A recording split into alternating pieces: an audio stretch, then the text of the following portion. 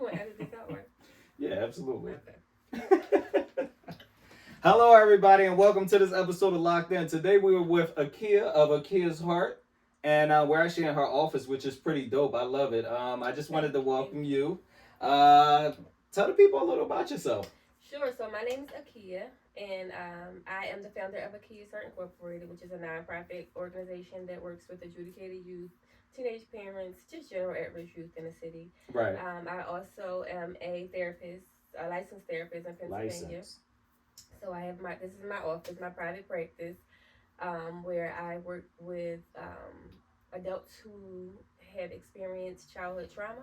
Okay. And teenagers who experience trauma. Excellent, excellent. So I mean, don't sell yourself short. You do some other things as well. We know you have written some books. I do a so lot. She's an author, and she also do a lot for the community. So I labeled her as a community activist. Would you call yourself that as well? I would. Absolutely, absolutely. So, I mean, would you want to talk about some things that you have going on now that you're doing with the community? I know you have something that you were telling me about the other day. Sure, yep. So right now we are, I have a event coming up in March. Yep. Where I'm doing a vision board party for my Ladies and Babies group, which is my group of teenage parents. That's awesome. That's awesome. So we are right now doing a drive where we're collecting Pampers, wipes, pajamas, cold weather accessories, hats, gloves, scarves, blankets, things like that. And then we will be giving those items out at the vision board party. We will have, it's also a resource fair, so we're going to have somebody from WIC there. We're going to have the Mobile there. Is this for, sorry to cut you off, is this for like a specific age range or any mother in general? No, for my group, my Ladies and Babies group, they are between the ages of 14 to 22. Wow. And I mean, that definitely is helpful because I was a father at 16. So I know how hard it could be to, have to get those simple things and you only have a little part-time job and money is tight. So that's definitely helpful. I hope you guys can come out and, we'll put the information up there for you guys to actually visit and help out with the program because we're going to make a donation as well. Thank you. I appreciate it. There will be $100 given to you guys from Loc'D. Thank you. As well as we will help make some donations with the Pampers and things like that. So thank you. Looking forward to that. I appreciate that. But yeah, so that's awesome. Like, what other programs have you done in the past? I know you work with this for some time now. Yeah, so we're actually getting ready to celebrate our 5th birthday in February. February 7th. Congratulations. We'll be 5 years old. Thank you. So we've done Charm School. Right. That was a very successful program where we took young ladies from ages 8 up to 18.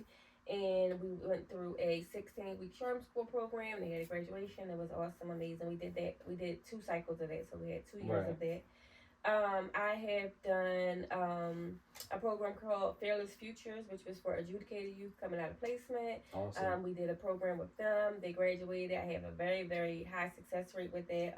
Nice. So I want to say maybe 70% of my youth from that program is now either in college or working. Oh, wow. Of course, we do have some tragic situations where we've lost some to some of the gun violence and stuff like that. City of Philadelphia is really struggling with the gun violence. Yes. So, and I'm also interested in that because I did a lot of community service in my past as well. I used to, have you ever heard of IDAY? Mm-hmm. So, yeah, I used to work with IDAY. I can't remember his name. Mr. Archie. That's his name? Yeah. Mm-hmm. So that's when I was a teenager. Oh, wow. I yeah. still talk to him and That's awesome. His story is amazing. Mm-hmm. So I worked with them and we talked to kids about gun violence and they came out of they did like juvie, whereas they had like gun charges and stuff like that. We would help them get back on track. And I also, you've ever heard of Myers Recreational Center in Southwest Philadelphia? Yeah, I did community service there as well. So I think that's very great, very great. You always want to help the community. So definitely loving that, so we're willing to help you guys as much as we can in any facet. So, I've always been interested in writing. And I'm actually in the process of writing 2 books myself, but you've actually done it. You actually had it published. So I just want to ask you a question, like how did you get into writing and how did you go about getting these books published and, tell us a little bit about it. Sure. So I've always just been I'm poetic, I should say. I've been poetic. Right. So when I was young, about 8 years old is when I probably started writing like poetry, right? So Okay. a little bit from my past. My biological mother was killed by my biological Sorry father for when your I was loss. younger, and it's a whole story attached to that. We won't get into that here, Right. but a lot of people think that my first book was about my life, Your and it life. wasn't. It was. It was a Absolutely wasn't. So It was a nonfiction. I um, mean, it was a it it fictional was a story. fiction, but it's very very relatable. So Right.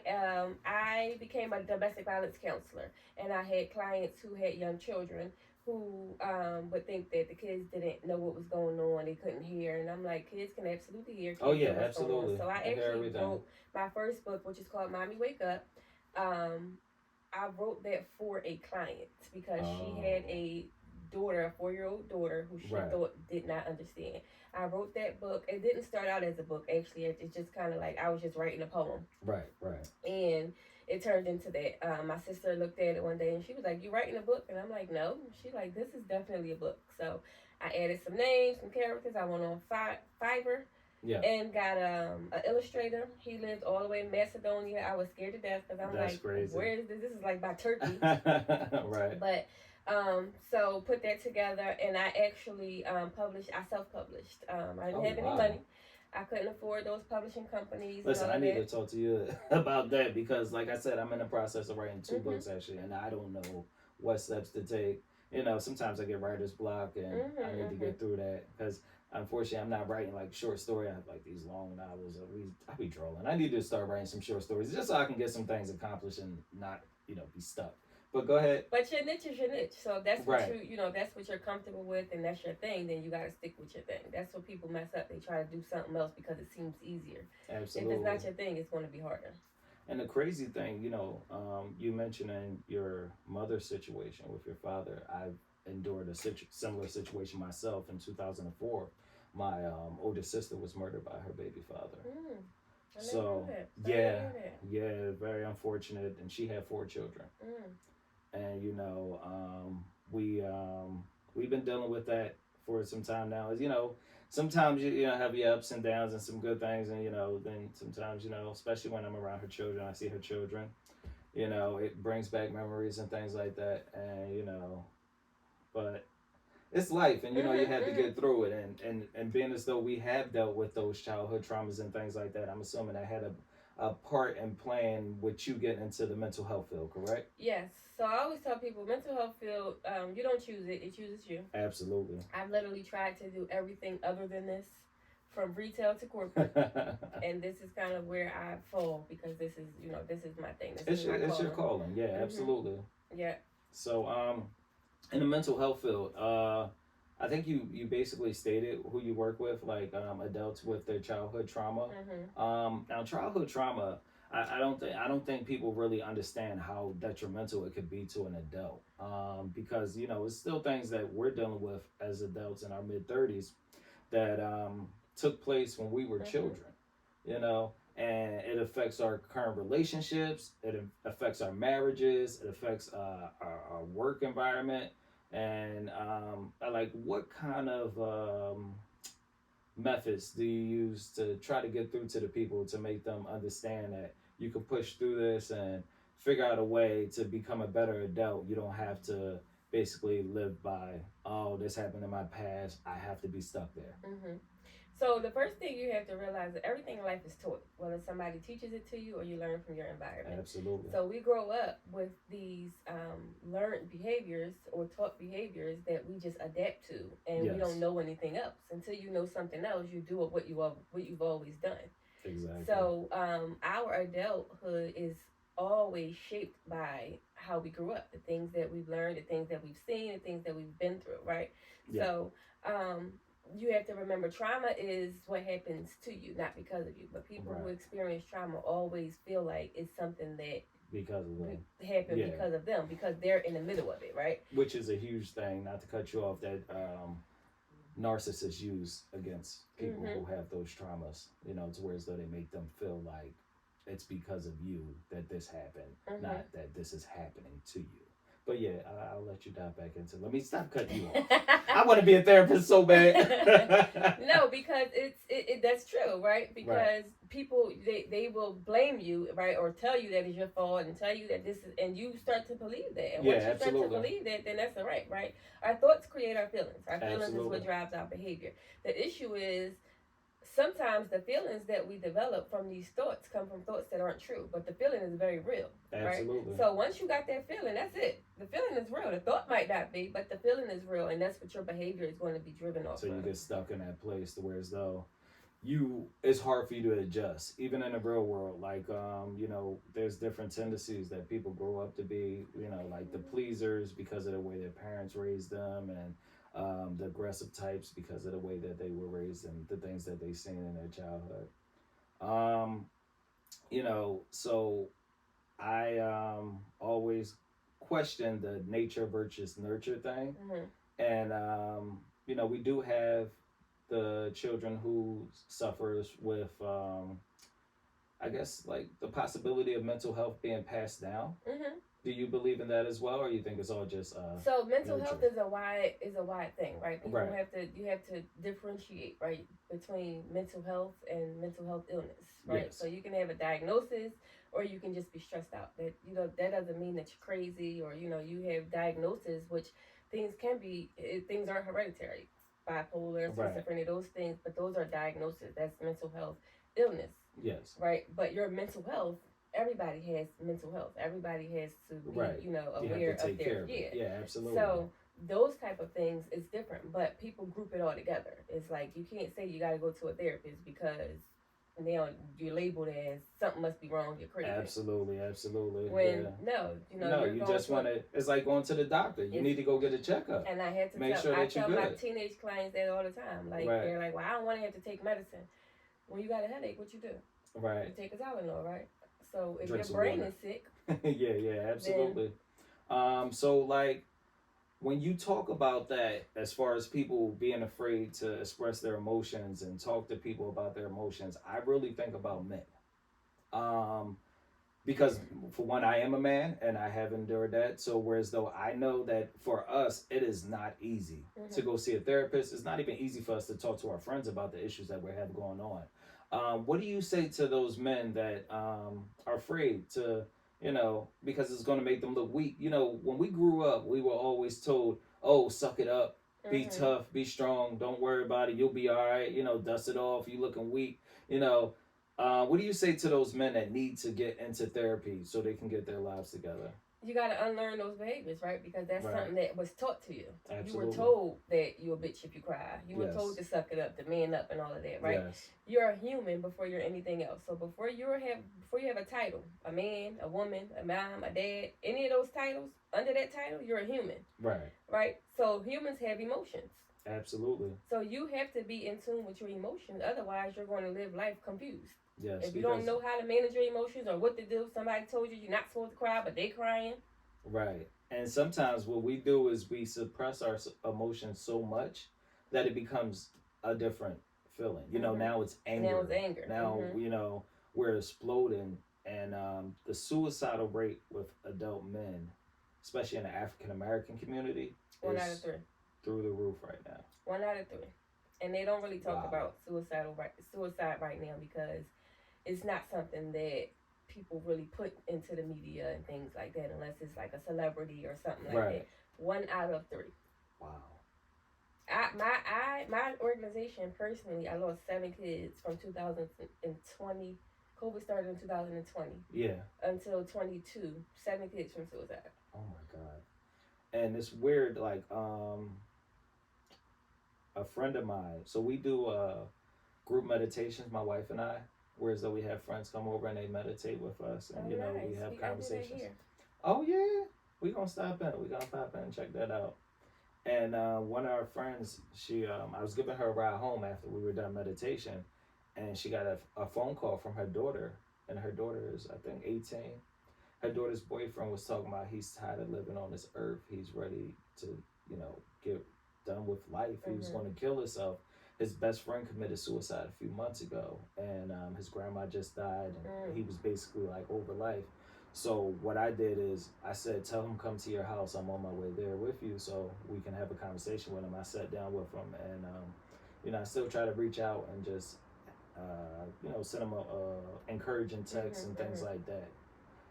But yeah, this is a real problem. And that's helpful, but we have to be careful as people who want to help, right? Because sometimes our helping hurts. Because you gotta think about somebody who's over life, who's tired, who just don't feel like they have anything to live for.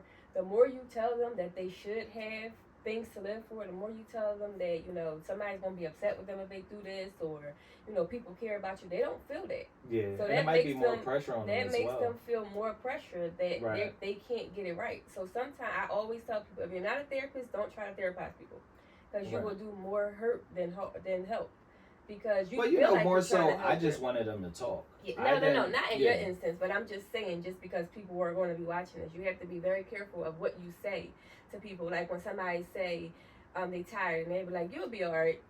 Right. Like maybe I'm like, just tired. Like especially when you dismiss their actual feelings, and I think that's an issue with children as well. Like, children never get to express themselves when the parents is like, because I said so and things like that. Me and my wife are, we're very adamant on, well, why do you feel like, that way? Or, because we want them to be expressive to where as though they don't have to suppress their feelings, and they can have conversations with us. And hopefully they will have a better adulthood than we. And that's because of one of those things that we grew up with, right? Your child stays in a child place. You don't have a voice. You don't have an opinion. But children are humans.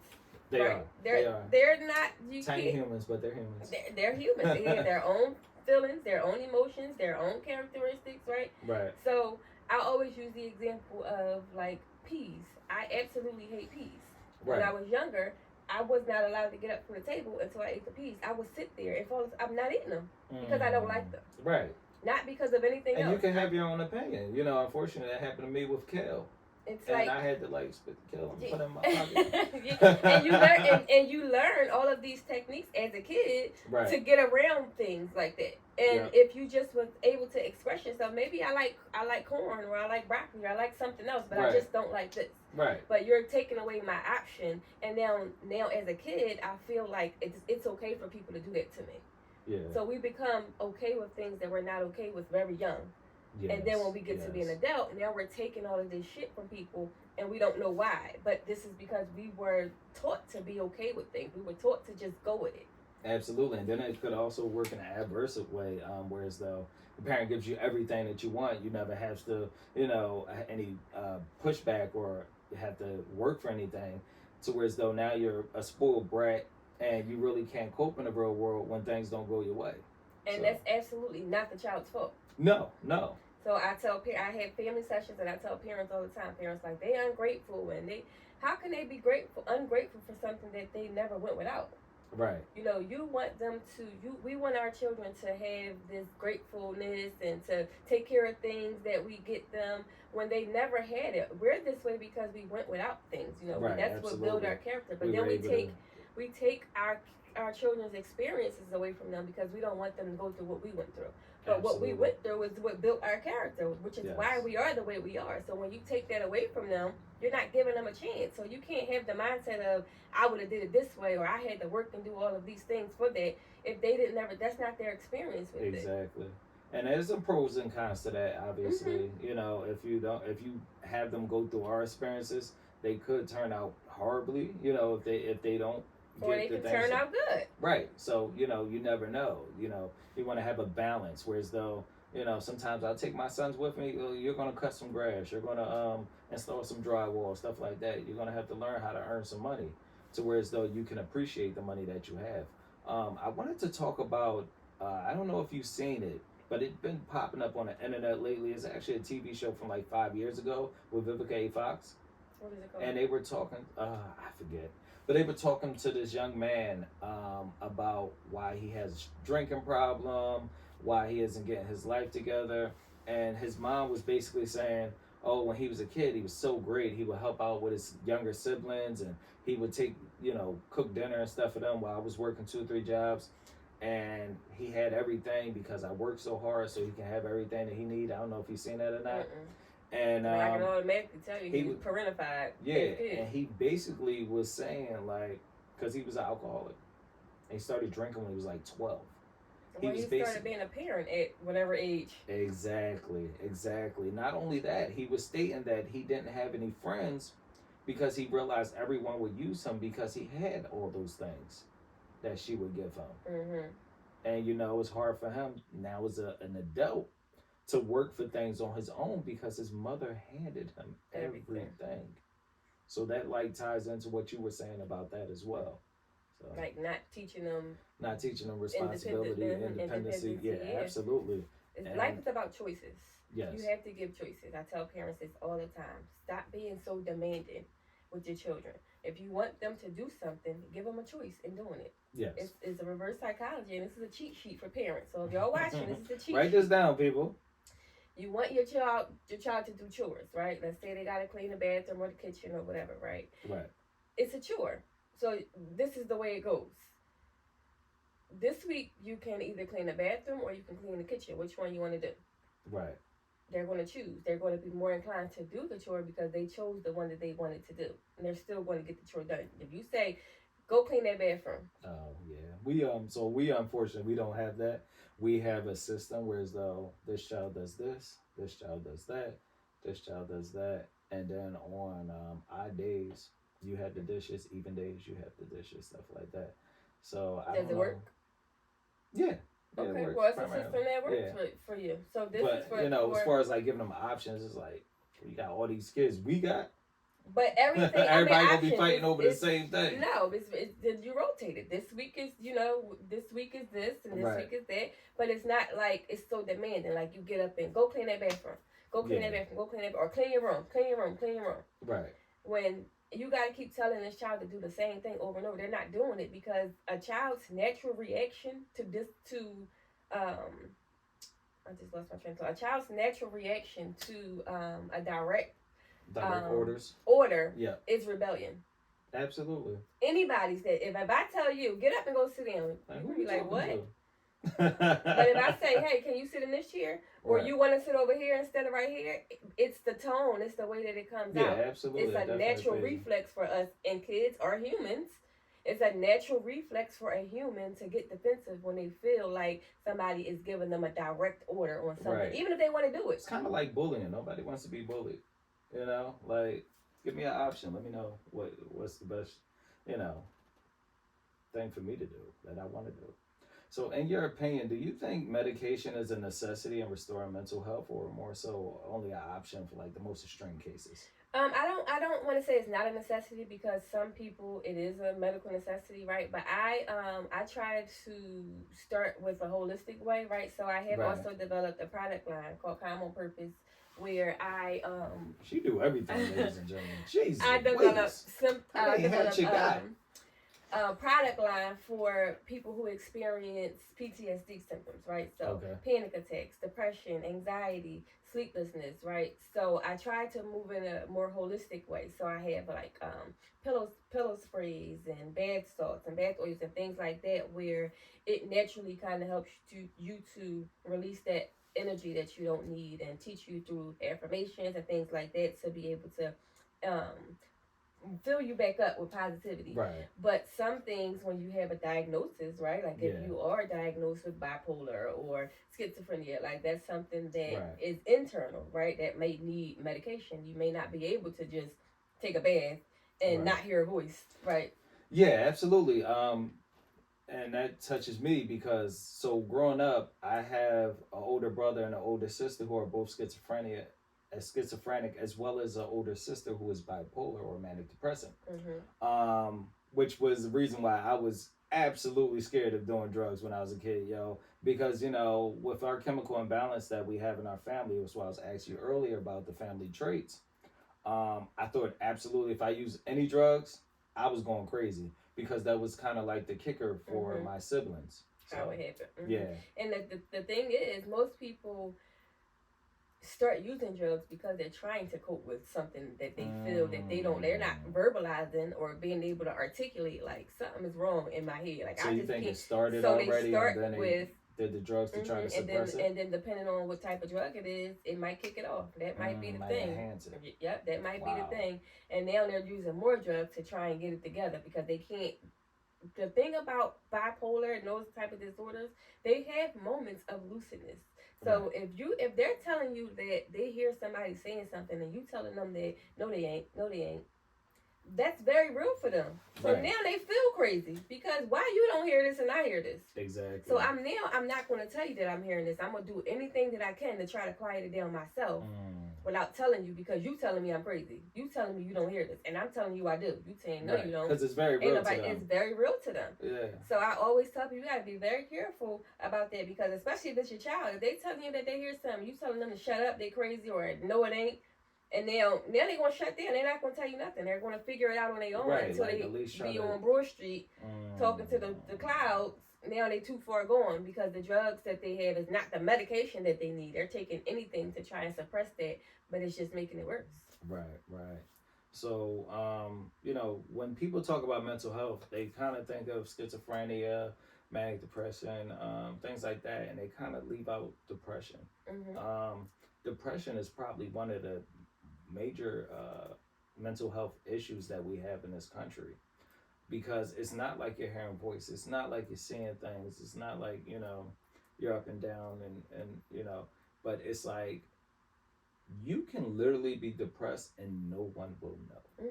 Yeah, because it's a secret, right? You're able to put on that mask and maintain until you can't anymore. But depression is very tricky because a lot of people self-diagnose.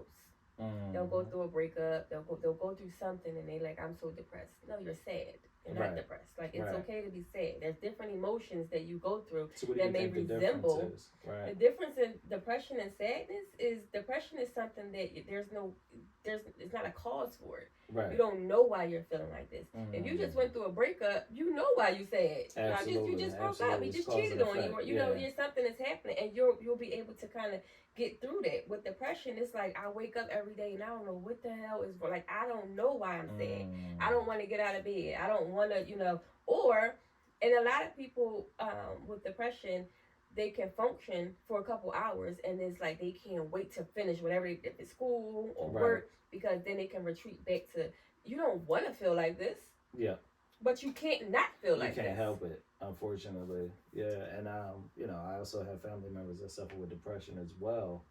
And, to watch them and it's kind of like you not to be selfish, but you kind of get upset like, come on, like I want to go do stuff like come with me like, thinking that you can just knock them out of the funk by doing things that they might enjoy. But, after that time of enjoyment is over, they go right back into that. Or sometimes it makes it worse because they don't want to let you down, but they're not enjoying it. Absolutely. So it's like, I used to want to go to the park and play basketball, but I don't want to do this, and you're making me, so now I feel even worse. Absolutely.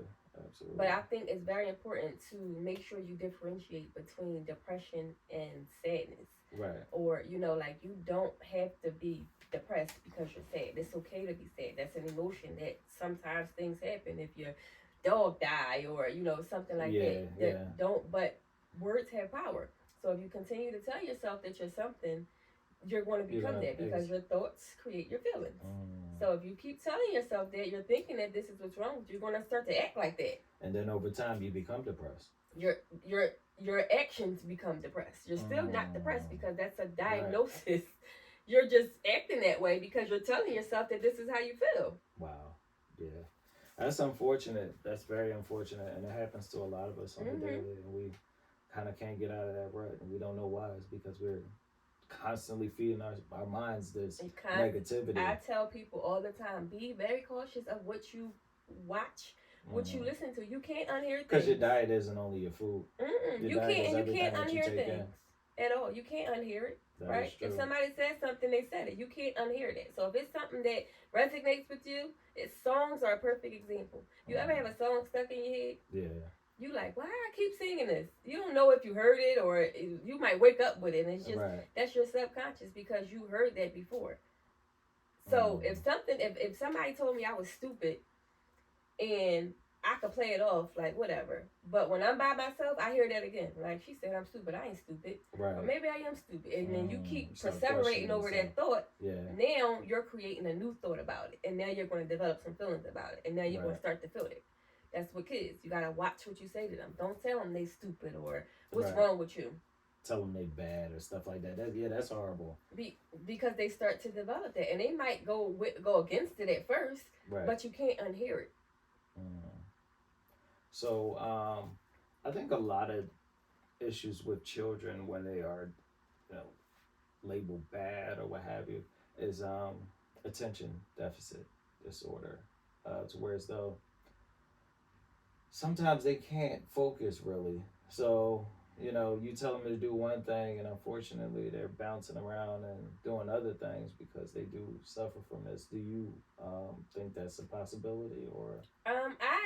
I do, but I do think that that's overly diagnosed. I think that this I think it's a generational thing, right? We have to go back to the 80s, right? I was born in the 80s. The height of the crack epidemic, right? Yes. So all of the kids that was born in the 80s, that parent was addicted to drugs, they suffered from one thing or another, but it wasn't diagnosed until when? But then you got these new generations of kids who parents are using 30s, perks. And so the behaviors are stemming from different chemical imbalances that are in their system. Right. So it may not be that they have ADHD. It may be that they're going through withdrawal from something that their parent is feeding them, or something like that. Yeah, definitely processed foods plays a major part in child behavior. Absolutely. Sugar is 30s for kids. Oh yeah, for sure. And people don't realize how much of it they give you. It's like you could take away candy, but you don't take away juice. Right. Or you giving them something diet, which has the most sugar in it. Yeah, like me personally, I give my kids almond milk, water. We really don't do juices. If they do happen to get juice, we'd probably give them like the Honest Kids, which is primarily like an apple juice. And it's mostly water. But you figure that stuff is expensive. It is. So it's easier and it's cheaper to give your kids a hug from the store. Yeah. Unfortunately. So if you only got $1 and you got 4 kids, they can't share Honest juice. Nah. But that's how we have to. It's our mindset. We have to get out of the mindset of this is what we've always done, so this is how it's supposed to be. Right. And we ate that stuff. We all right. Yeah. But we ain't all right. No, we all suffering from all kind of shit. We got a lot of issues. And it stems from childhood trauma, stuff that we seen, stuff that we coped with when we ain't had no food. We was in there eating whatever jelly sandwiches and all kind of stuff that. It wasn't the healthiest thing, but it was our normal, so it's okay. So we normalized a lot of things. Water. And we had so much sugar.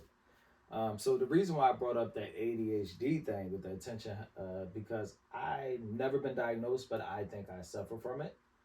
I really struggle with focusing, to where as though it's not like, even when I was in school, like I was always top of my class, straight A student, but I always had 3s in behavior because I would do my work and then I'd just be bouncing around the walls, talking to everybody. I wouldn't shut the hell up. But I never can focus. Like, I don't do Zoom meetings at all. I can't do it. It's impossible. Like, I'm like, all right, 2 seconds, I'm out of here. I can't like sit like. That's why I do so much. Like, I write books, I do a podcast, I do this, and I do that. And you have to stay busy. Yeah, and I don't know. Maybe I need to see a therapist so I can figure it out. But that's the thing. So I am an adult who suffers with ADHD. Okay. You hear that saying where you have 100 tabs open? Always. That's me. I can't operate any other way, though. I was about to say, I don't even know how to close them. I literally probably have over 100 text messages right now that I haven't opened. I have over 100,000 emails. Oh, yeah. That's just regular stuff. I have 100 windows open on my Safari. So that kind of stuff is tangible stuff. When I mean 100 tabs open, I mean in your brain. Where you're thinking about all of these different things. Oh, my God, yes. But so for some people, it will be overwhelming. And I have clients who come in and they're completely overwhelmed because they can't figure out what to do. And for people like me who suffer with ADHD, I'm actually in the process of creating a planner. It'll be ready for next year. Okay. Because I couldn't find a planner that I can use that works for me. because I know the things that I need as an adult with ADHD. And it's time, it's structure. You have to have structure. Right. I literally operate from a schedule. 6 a.m. to 11 p.m. And that's just a normal schedule. And I have to write down on each time what I'm supposed to be doing. I think it got worse for me after not having a 9-to-5 job. Yep. Because you don't have no structure. I'm like all over. You're not supposed to be anywhere, so you don't know what you're supposed to be doing. Right. You have to create that. And it's been 4 years now you since have I to had create a 9-to-5 job. You have to create that structure. You have to still operate off of a daily schedule, even if it's not a 9-to-5 job. Right. You still have stuff that you need to do. So at 9 o'clock, what should you be doing? What could you be doing? Right. And then when you find yourself veering off, my brother tells me this all the time. When you find yourself thinking about something else, when you look back, when you on social media and you look up and it's an hour later, and you're like, oh shit, it's 10 o'clock. You can look at your schedule and say, what am I supposed to be doing? And then that'll put you back to where you're supposed to be. Yeah, my hardest part is getting the things into the schedule. Oh my God, I don't know why. It's like I literally... you need it to be tangible. It has to be tangible. Right. I literally know, oh, at 10 o'clock I should be doing this, or I need to schedule this. And if I don't write it down, but why don't my brain allow me to write it down? Because you don't have any structure. You have to create that structure. It's a habit. You got to form a new habit. Right. For 4 years, you didn't have to do it. You didn't have to be anywhere. You didn't have to do nothing. You went on your own time. Right. And it feels good after being in a 9-to-5 for so long. It feels good to not have been a 9-to-5 since I was 15 years old. But that's another learned behavior. You learn to operate in a schedule. So now it's hard for you to operate outside of a schedule. Yeah. So you have to now you just create your own schedule where this is what you need to do, and you have to put it on there. You'll get it done, but you gotta see it. If it's in your head, it's swirling around with the other 100 things that's in there. Oh my God. So if you look around, I literally have schedules everywhere, like everywhere, because I have at any given moment I could sit down and forget what I'm supposed to be doing. Right. So I gotta. Only thing I remember is vacation. Not to cut you off. I would if I don't write that down. It ain't. You see my calendar? It's written across it. Because my brain every second is a new thought. Wow. Yeah, I'm the same way. So I have to write things down because otherwise it'll get lost in that cycle. Lost in translation. Well, look, it sounds like I got a lot of homework to do. I need to work on myself. You need to be switching roles. You need to be in a chair. I mean, on the couch. Well, I'll be here next week. You guys hold me to that. But it was a pleasure having this conversation with you, Akea, and we look forward to working with you in the future on so many endeavors. And we're definitely going to get your information out so people can help out with all the great things that you're doing in the community, as well as come get you some therapy, people, and stay locked in.